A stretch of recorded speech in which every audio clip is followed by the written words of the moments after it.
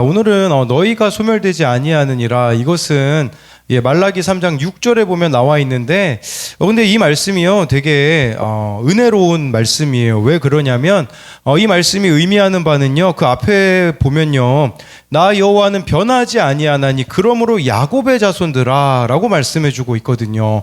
여러분, 야곱이라는 뜻이 뭡니까? 발꿈치를 잡다 속이다라는 뜻이거든요. 이게 무슨 말이냐면 우리들이 야곱과 같아가지고요, 항상 하나님을 속이고 외면하고 할지라도 하나님은 변함없이 우리를 사랑하실 것이라는 그런 메시지가 담겨져 있는 거죠. 너무 나의 삶이 더럽혀지고 희망이 없어져도요, 나조차도 나를 사랑하지 못할 때가 우리가 있잖아요. 그래서 나 같은 사람이 하나님이 과연 받아주실까라는 의문이 드는 그 순간에 하나님은 변함없이 나를 사랑하고 계시기 때문에 돌아오라는 거예요. 하나님은요, 고치지 못할 인생이 없다라고 말씀해주고 있는 것입니다. 김영준 목사님이 쓰신 위기는 치유입니다라는 책에 보니까요, 어느 외동아들을 둔 부부가 있었어요. 어느 날 아들은 아빠와 굳게 맺은 약속을 어겼습니다. 전에도 여러 번 약속을 어겼던 터라 아빠는 아들의 나쁜 버릇을 고쳐주기로 마음을 먹었습니다. 그래서 아들에게 이렇게 이야기했어요. 또다시 약속을 어기면 그날은 추운 다락방에 재울 테니 그리 알거라. 하지만 아들은요, 또 약속을 어겼고 아빠는 경고했던 대로 아들을 다락방으로 보냈습니다. 한겨울 밤에 어린 아들을 추운 다락방으로 올려보낸 아빠는요, 잠을 이룰 수가 없었죠. 이때 남편의 마음을 헤아린 아내가 조용히 말했어요. 여보, 당신 마음이 아픈 건 알지만 지금 아이를 데려오면 누구의 말도 듣지 않아 고집불통으로 자랄 거예요. 당신 말이 맞아. 하지만 지금 혼자 얼마나 춥고 무서울지를 생각하니 그냥 잘 수가 없네. 결국 아빠는 자리에서 일어나 다락방으로 올라갔습니다. 아들은 차가고 딱딱한 바닥에 웅크리고 누워 이불도 덮지 않은 채 잠들어 있었고요. 아빠는 아들 곁에 조용히 누워 팔베개를 해주고는 꼭 안아주었습니다. 아빠의 포근한 품에서 잠이 깬 아들은 아빠의 깊은 사랑을 느꼈습니다. 우리는 잘못된 삶을 책망하시는 하나님을 원망하기도 하잖아요. 근데 그 정도 일 가지고 참 지독하시다고, 나를 사랑하시지 않는다고 우리가 생각하기도 합니다. 하지만 그 차가운 바닥에 있을 때가 아버지의 따뜻한 사랑을 알 수 있는 가장 적절한 때라는 것이죠. 엄한 사랑이야말로 우리를 향한 진정한 사랑인데요.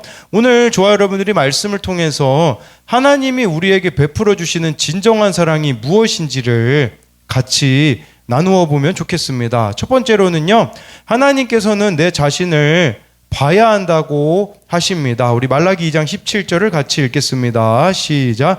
너희가 말로 여호와를 괴롭혀 드렸나이까 하는도다.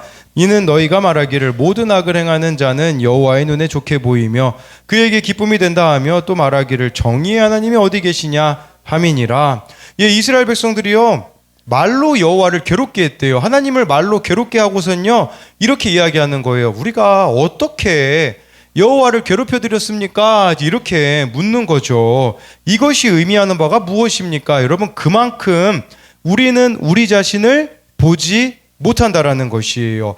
문제의 원인을요, 늘 외부에서 찾고 나는 아무런 문제가 없다는 식으로 살아가는 나의 태도를 보여주는 것이에요. 우리가 얼마나 다른 사람의 잘못된 점을 잘 지적합니까? 그러나 자신을 돌아보는 일은 잘하지 않습니다. 이게 사람에게만 해당되는 일일까요? 하나님 앞에서도 해당이 되어집니다. 하나님 앞에서도요, 나를 돌아보지 못하는, 그렇기 때문에 하나님이 하시는 일이 다 악해 보이고 안 좋아 보이는 시선으로 우리가 바라보게 되어지는 것이라고 할 수가 있는 것이죠. 왜 자신을 돌아보는 일을 잘하지 않습니까? 그것이 어렵고 싫기도 하고 힘들기 때문입니다. 성 어거스틴이 쓴 고백록이라는 책에요, 이런 내용이 나옵니다. 하나님은 내가 뒤로 밀어놨던 나의 더럽고 누추한 모습을 내 눈앞에서 들이대며 보라고 하신다라고 하세요. 잔인해 보이지 않아요? 하나님이요, 내가 막 뒤에 밀어놓은 거예요. 직면하기 싫어하는 거, 뒤로 밀어놨던 것을, 그 더럽고 누추한 모습을 내 눈앞에 들이대며 보라고 하는 것은요, 뭔가 이게 강압적이고 무서워 보이지 않습니까? 근데 왜 하나님이 이렇게 하시겠습니까? 그래야 하나님의 은혜가 부어질 수 있기 때문이라는 것이에요. 여러분, 우리가 제 자신에게도 해당되겠지만 본인 스스로만 자신에 대해서 모르고 주변 사람들은 그 사람으로 인하여서 피해보는 경우들이 정말 많이 있습니다. 여러분들이 삶을 살아가다 보면 내가 막 상처를 많이 받았다라고만 생각을 하잖아요. 그런데 반대로 여러분들도 무의식 중에 다른 사람들에게 참 많은 상처를 주고 있다는 거 아십니까? 예를 들면 뭐가 있을까요? 여러분들 예를 들어서요, 제가 여러분들에게 어떻게 상처를 받을까요?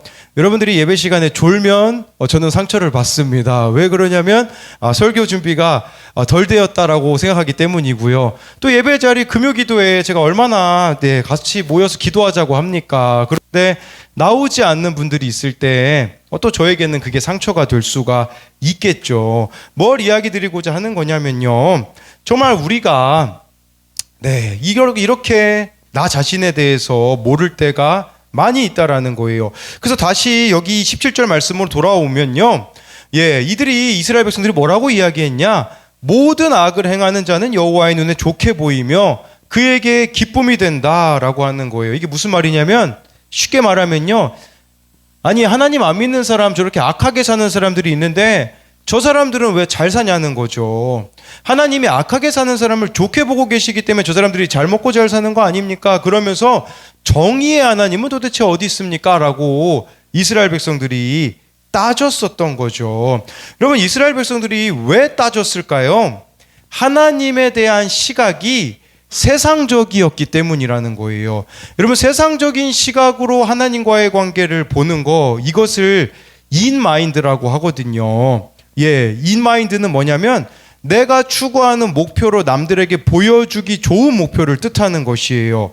그러니까 예를 들면 내가 노력을 하면 좋은 대학에 가야 되고 대기업에 가야 되고 강남 아파트에 들어가야 되고 몇십억 부자가 되어줘야 되는 것이겠죠. 이러한 마음으로 하나님을 바라보는 거예요. 하나님을요, 너와 나 이 인격적인 관계로 만나는 게 아니라 세상적인 관계로 보는 거예요. 보상 심리로 보는 거죠. 그렇기 때문에 내가 이렇게 하나님께 헌신했으니 하나님은 나에게 이만큼 돌려주셔야 돼 라고 생각을 한 거죠. 이런 거예요. 하나님, 저희 바벨론 포로로 70년 동안 끌려갔다가 다시 여기로 돌아왔잖아요. 아무것도 없는데 여기 돌아왔잖아요. 그러면 뭐 보상해 주셔야 되는 거 아니에요? 저희들이 돌아오기만 했나요? 여기서 성전 지었잖아요. 성벽 재건했잖아요. 그러면 하나님이 물질적으로 보상해 주셔야 되는 거 아니에요? 이런 태도로 하나님을 바라보고 있기 때문에 현실에서 하나님에 대하여서 만족하지 못하고 있다라는 거죠. 아주 쉽게 예를 들면 이런 거죠. 오늘 한결이가 이제 유치원 방학이 시작이 됐거든요. 제 귀에다 대고 자꾸 아침부터 심심해 자꾸 그래요. 심심하대. 여러분 혹시 시간 남으시는 분들 있으면 우리 강한결 빌려드립니다. 저희 뭐 돈 드리고 빌려드릴게요. 그런데 오늘 이종미 권사님이 한결이가 점심에 1층에서 저는 설교 준비하고 옆에 앉아 있는데 같이 나가자고 그랬더니 한결이가요 꿈쩍도 안 하더라고요. 그런데 이종미 권사님의 그 한 단어에 움직였습니다. 그 단어는 뭐냐면 이마트였습니다. 왜 그러냐면 이마트에 우리 한결이가 좋아하는 가오레라는 그 포켓몬스터 게임이 있거든요. 그랬더니 바로 이종미 권사님을 우리 한결이가 따라갔거든요. 이게 여러분 아까 제가 말씀드린 이마인드예요. 우리가 세상적인 보상을 바라는 거죠. 기브 앤 테이크 관계로 하나님을 생각하고 있는 것이라고 볼 수가 있는 것이겠죠. 그런 그들을 향하여서 하나님은 인격적인 관계를 원하셨거든요. 인격적인 관계를 원했는데 이들은 인격적인 관계가 아닌 그런 보상적인 관계를 원했을 때 하나님이 그런 그들을 향해서 뭐라고 말씀하시냐면요. 우리 말라기 3장 1절을 같이 읽어보겠습니다. 시작. 만군의 여호와가 이르노라. 또 너희가 구하는 바 주가 갑자기 그의 성전에 임하시리니 곧 너희가 사모하는 바 언약의 사자가 임하실 것이라. 하나님은요 더 좋은 것을 지금 준비하고 계시다라고 하는 거예요. 이스라엘 백성들은요 눈앞에 보이는 보상을 원했어요. 그렇죠. 하나님은요 더 좋은 걸 준비하고 계시는데 여기 보니까요, 내가 내 사자를 보내리니 이 사자가 누구냐? 세례 요한입니다. 예수님 오실 길을 준비한 사람이에요. 그래서 여기 나와 있잖아요. 그가 내 앞에서 길을 준비할 것이요. 세례 요한을 말하는 것이고요. 그 뒤에 또 너희가 구하는 바 주가 갑자기 그의 성전에 임하시리니 곧 너희가 사모하는 바 언약의 사자가 임하실 것이라. 여기서 언약의 사자는 누구냐? 예수 그리스도를 뜻하는 것이에요. 그러니까 하나님이 더 좋은 걸 준비하고 계시는데 그분이 누구냐? 바로 예수님이었었다라는 것을 말씀해 주고 있는 거죠. 예수님이 오셔서요, 우리의 모든 뒤틀린 것들을 바로잡아 주시겠다라는 것이에요. 그런데 여기서 의미가 깊은 게 뭐냐? 말라기 3장 1절에 그의 성전에 임하신다고 하잖아요. 여러분, 말라기 1장에서 하나님이 뭐라고 하셨나요? 내가 성전 문을 차라리 닫아버렸으면 좋겠다고 하셨잖아요. 근데 이제 예수님을 통해서 성전이 새롭게 되어진다고 하지 않습니까? 예수님으로 인하여서 우리가 새롭게 된 성전이 무엇입니까? 그것은 바로 고린도전서 3장 16절입니다. 우리 같이 읽어보겠습니다. 시작.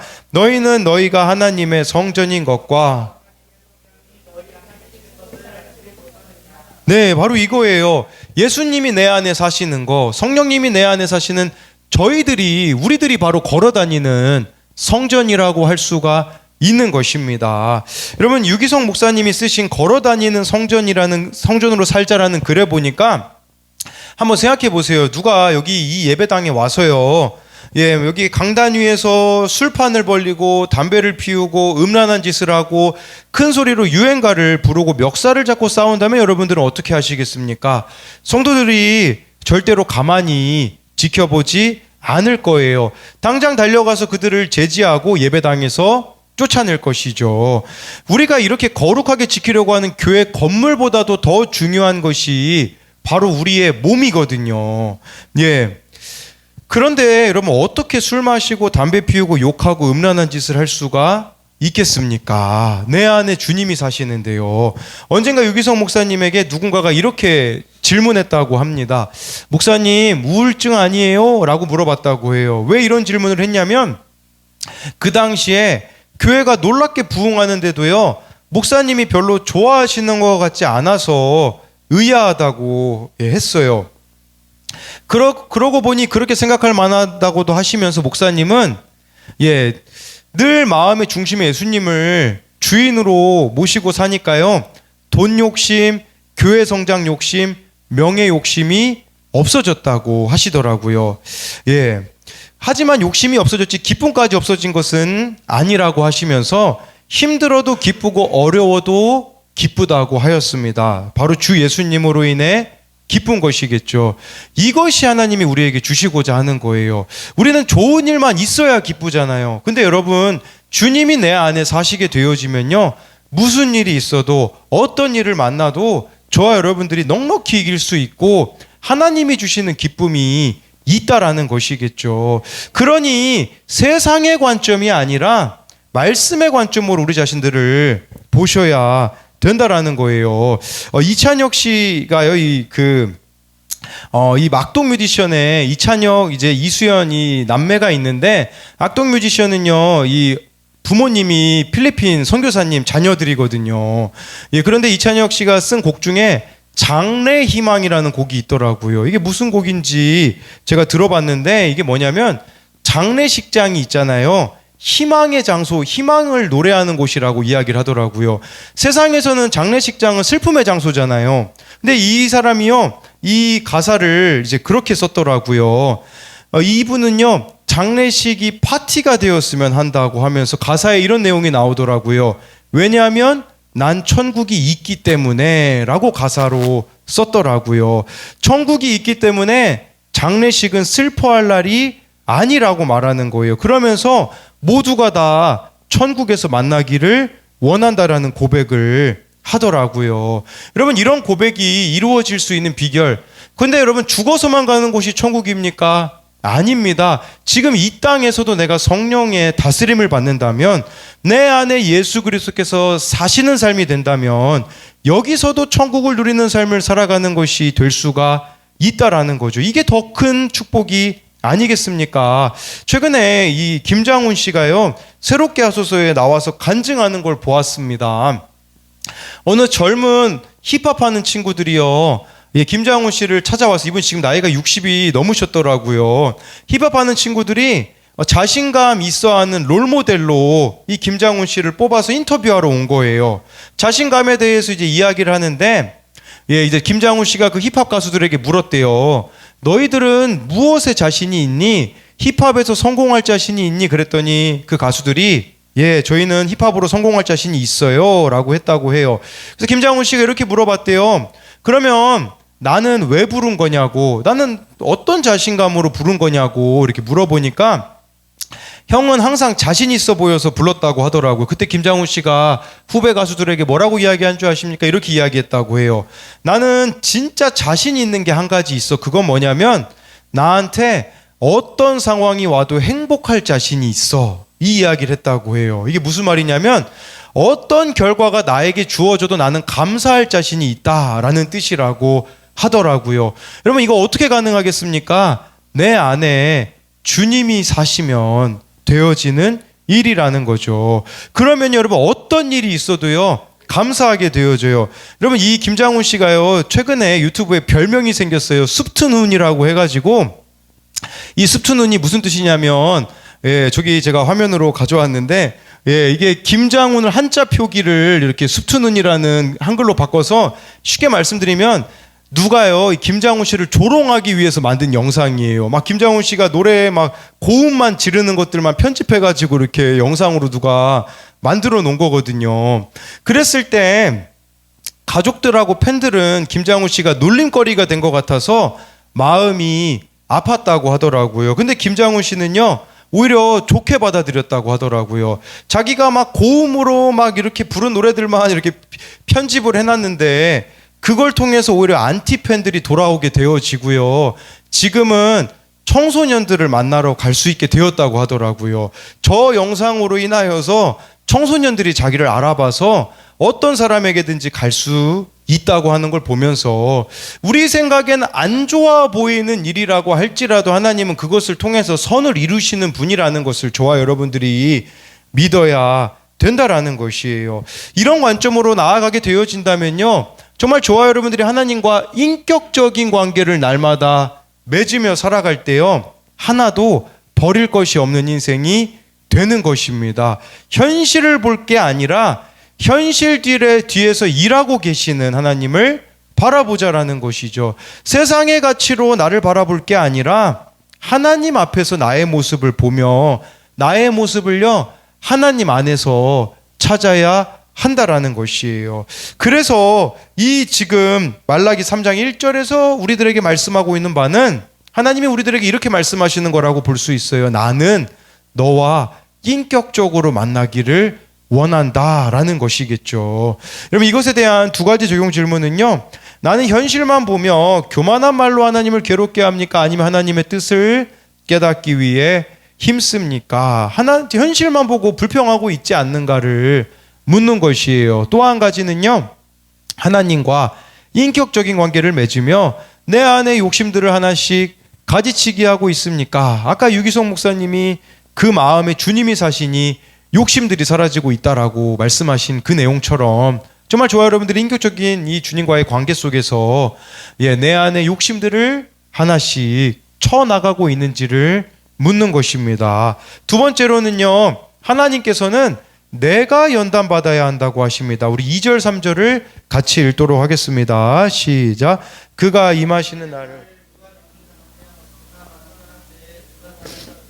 그는 금을 연단하는 자의 불과 표백하는 자의 잿물과 같을 것이라. 그가 은을 연단하여 깨끗하게 하는 자 같이 앉아서 레위 자손을 깨끗하게 하되 금은과 같이 그들을 연단하리니 그들이 공의로운 제물을 나 여호와께 바칠 것이라. 2절에 보니까요, 언약의 사자이신 예수님이 오셔서 우리들에게 오셔서 하시는 일이 뭐냐? 금을 연단하는 자의 불, 표백하는 자의 잿물과 같이 하실 거래요. 이게 무슨 말이냐? 저와 여러분들을 깨끗하게 하시기 원하신다라는 뜻입니다. 여러분, 예수님은요, 우리가 정결케 되기를 원하신다라는 것이에요. 우리가 예수를 믿은 순간부터 정결해지잖아요. 이걸 뭐라고 합니까? 성화라고 하죠. 거룩하게 변해가는 자가 되어야 되는 것이죠. 2절에서요, 이 연단이라는 단어가 쓰였잖아요. 연단이라는 단어는 원어로 찌꺼기를 제거하다라는 뜻이에요. 우리들의 삶에 너무나도 많은 찌꺼기들이 있거든요. 죄의 찌꺼기들이 있잖아요.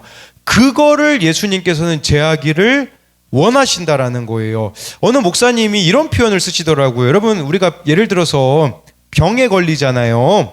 병에 걸리면 여러분 어떻게 되죠? 삶이 구조조정이 된다라고 표현을 쓰시더라고요. 그러니까 몸이 건강할 때는 별로 신경을 안 쓰잖아요. 근데 몸이 아프면 어떻게 됩니까? 삶이 그 병을 낫는 걸로 모든 우선순위가 정해지지 않습니까? 제가 감기를 지금 계속해서 좀 심하게 앓고 있잖아요. 안 하던 거를 하기 시작했어요. 그게 뭐냐면 비타민 하루에 6개 먹기 하고 있습니다. 아침에 2개, 점심에 2개, 저녁에 2개. 아프니까 하게 되더라고요. 예, 왜냐면 병이라는 게 찾아와서 제 삶이 구조조정된 거죠. 예, 여러분, 고난은 우리를 그렇게 바꿔준다라는 말이에요. 연단이라는 건 고난이거든요.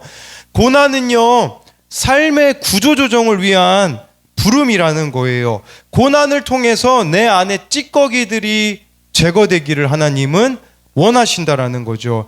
이처럼 예수님이 우리들에게 찾아오셔서 하시기 원하시는 것은 뭐냐면 저와 여러분들의 속사람이 변화되기를 원하신다라는 거예요. 3절에 레위 자손을 깨끗하게 하되, 이 레위 자손이 누굽니까? 저와 여러분이에요. 우리를 깨끗하게 하기를 원하신대요. 그 문같이 그들을 연단하기를 원하신다고, 여기 연단이라는 단어가 3절에 또 쓰였잖아요. 그런데 연단이라는 단어가요, 시편에 또 한 번 쓰인 곳이 있거든요. 우리 시편 12편 6절을 같이 읽어보도록 하겠습니다. 시작.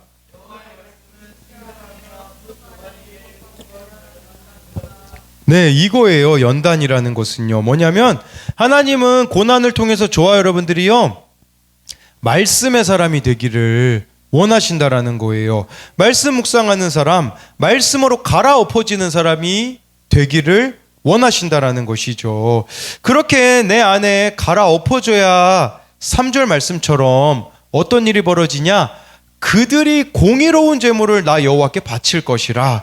이전에는 하나님이 이스라엘 백성들의 제물을 안 받으시겠다고 했거든요. 왜 안 받으셨을까요? 물론 제물도 문제가 있었지만 진짜 문제는 사람에 있었거든요. 예배자들이 형편이 없으니 어떤 제물을 가지고 와도 받으실 수가 없었던 거예요. 그런데 예수님으로 인하여서 우리가 변화가 되어지잖아요. 고난을 통하여서 내 안에 불순물 찌꺼기들이 제거가 되어지면요, 주님이 내 삶을 받으시니 당연히 우리가 드리는 제물도 받으실 수밖에 없다라는 것을 말씀해주고 있는 것이에요. 그러면 왜 우리들에겐 이런 고난 같은 것들이 주어져서 나를 힘들게 하는가라는 생각이 저와 여러분들에게 들 수가 있겠죠. 그런데요, 왜 그러냐면 우리는 하나님과 세상을 화목하기 위해 부름받은 존재이기 때문이에요. 그래서 그리스도인들은 세상이 겪지 않을 연단과 정련을 경험하게 되고요, 세상이 알지 못할 환난과 고난을 겪게 됩니다. 왜냐하면 그리스도인이야말로 하나님의 말씀을 세상에 밝히 선포하고 전해야 할 자들이기 때문이라는 것이에요. 그렇기 때문에 저와 여러분들이 그런 생각이 있었으면 좋겠어요. 고난으로 연단받고 계시다면, 아, 하나님이 지금 나를 연단하셔서 쓸 곳이 있으시겠구나 라고 생각하면서 그 연단을 잘 통과해 가야 되는 것이죠. 이 연단을 통해 내 안에 모든 불순물이 사라지며 가장 중요한 것만 남고 정결하고 속사람이 강해져야 된다라는 것이에요. 그렇게 연단을 받음으로 우리 안에 이루어져야 되는 것이 있는데 그게 바로 5절에 나옵니다. 우리 같이 읽어보겠습니다. 시작. 내가 심판하러 너희에게 거짓 맹세하는 자에게와 품꾼의 삭세 대하여 억울하게 하며 과부와 고아를 압제하며 나그네를 억울하게 하며 나를 경외하지 아니하는 자들에게 속히 증언하리라. 만군의 여호와가 말하였느니라. 예, 우리가요 연단을 받음으로써 이루어져야 되는 게 있다면 5절을 한마디로 말하자면요, 하나님을 경외하는 삶이에요. 예, 하나님을 경외하는 삶이 이루어지기 위해서 우리들에게 고난으로 하나님이 연단하시는 거죠. 여러분, 그러면 하나님을 경외하는 삶이 뭘까요? 5절에 나와 있는 걸 반대로 하는 사람들이에요. 점 치지 말아야 됩니다. 여러분, 하나님을 경외하는 자는 점을 치지 않아요. 점을 치지 않는다라는 게 무슨 말이냐? 다른 것들에 의지하여 운명을 바꾸려는 시도를 하지 않는 거예요. 내가 막 다른 것들로 내 운명을 바꾸려고 하는 거 있잖아요. 그걸 하지 않는 거죠. 뭐 점치는 거 무당에 가는 것도 되겠지만, 뭐 이게 우리로 말하자면 뭐 복권 안 하는 것도 되지 않겠습니까? 자꾸 다른 걸로 내 운명을 바꾸려고 하는 것들을 하지 않는 거, 그게 하나님을 경외하는 거라고 합니다.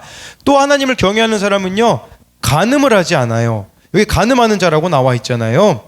간음하지 않는다라는 것은요, 스스로를 더럽히지 않고 다른 이들을 나의 만족을 채워줄 수단으로 취급하지 않겠다라는 거예요. 사람을 도구로 쓰지 않겠다. 그게 바로 간음하지 않는 여호와를 경외하는 자의 모습이다라는 것이겠죠.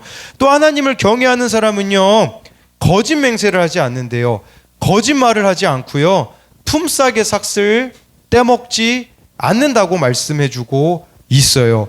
그리고요, 이 하나님을 경외하는 자들에게 보이는 사람들이 있습니다. 누가 보입니까? 과부가 보이고 고아가 보이고 나그네가 보이게 되어지는 거예요. 사회적인 약자들이 보게 되어지는 것이죠. 이 약자들은 누구만이 볼 수 있습니까? 하나님을 경외하는 사람들만이 그들의 눈에 약자들이 보인다라는 것을 말씀해주고 있는 것이겠죠. 그래서 이 5절을 통해서 나는 지금 진짜 하나님을 경외하고 있는가, 이것을 돌아보아야 되는 것이겠죠. 그러면서 6절은 우리들에게 이렇게 말씀해주고 있습니다. 같이 읽어보겠습니다. 시작. 너희가 소멸되지 아니하느니라. 네, 이것은요, 우리에게 하나님은 어떤 인생이라도 포기하지 않으신다라는 것이에요. 하나님은 변함이 없으신데요, 그 변함없는 사랑으로 야곱과 같은 우리들, 거짓말쟁이이고 속임수를 쓰는 그런 우리들을 하나님이 끝까지 포기하지 않으시겠다라고 말씀해주고 있는 것이겠죠. 그렇다면 우리가 이것을 다른 사람에게 적용한다면 어떤 의미가 되겠습니까? 도무지 변화가 되지 않을 것 같은 그 인생도 하나님은 변화시키실 수 있다라는 믿음을 저와 여러분들이 가져야 된다라는 것이죠. 제가요, 며칠 전에 어느 목사님 설교를 들었는데요, 근데 그 목사님이 설교에서 그런 이야기를 하시더라고요. 자기 아버지의 삶이 이해가 안 되었다고요. 자신의 아버지도 목사님이셨는데 그렇게 교회를 열심히 섬기셨다고 합니다. 집에 아버지가 안 계시면요, 이미 이 아들이요, 짐작이 되었대요. 아빠가 어디 있는지. 분명히 교회에 계실 거라고 생각하고 진짜 가보면 교회에 계셨대요. 그 아버지는 교회를 그렇게 사랑하시던 목사님이었거든요. 시간만 나면 교회 가서 계시고 성도들을 그렇게 사랑했는데, 처음에는요, 교회에 성도들이 많이 모였대요. 근데 어느 순간부터요, 점점 성도들이 줄어들더니 이 아버지 목사님이 열심을 다해 최선을 다해서 교회를 섬기는데도 불구하고 교인들의 숫자가 자꾸 줄어들으니 나중에 아버지 목사님이 은퇴하실 때 성도들이 많지 않았다고 하더라고요. 이게 이해가 안 되었다고 해요. 아니, 이렇게 하나님을 사랑하고 교회를 잘 섬겼는데 하나님, 제 아버지에게는 왜 많은 성도들을 주시지 않았습니까? 라는 의문이 들었는데, 이 목사님이요, 말씀을 통하여서 깨닫게 되어진 것이 있었다고 합니다. 뭐냐면 하나님이 자신의 아버지를 너무 사랑하셔서 구원 때문에, 하나님은 항상 두 가지 목적이 있대요. 구원과 사랑. 정말 나의 아버지를 사랑하셔서 구원이 목적이 되기 때문에 많은 성도를 주시지 않았다고 하더라고요. 무슨 말이냐면 정말 그 아버지 열심이면 충분히 대형교회가 됐어도 되어야 됐는데 그렇게 하나님이 막으신 것은, 만약에 자신의 아버지가 대형교회 목사님이 되었다면 타락했을 거라고 그 아들 목사님이 이야기하시더라고요. 그러면서 하나님이 어느 날 이런 마음을 주셨대요. 너희 아버지를 쉽게 생각하지 마라. 너희 아버지는 구원받은 목사다. 이 이야기를 하니까 해석이 되더래요. 아, 우리 아버지 구원받은 목사지, 구원받은 목사가 되기는 너무 힘들지 하면서 오히려 감사하게 되었다고 하더라고요. 그럼 뭘 이야기하고자 하는 거냐면 구원의 관점으로 세상을 바라보자라는 거죠.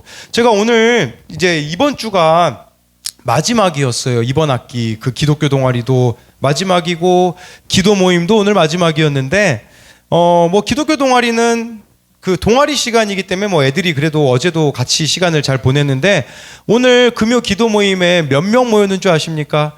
처음에 딱 1시에 갔는데요.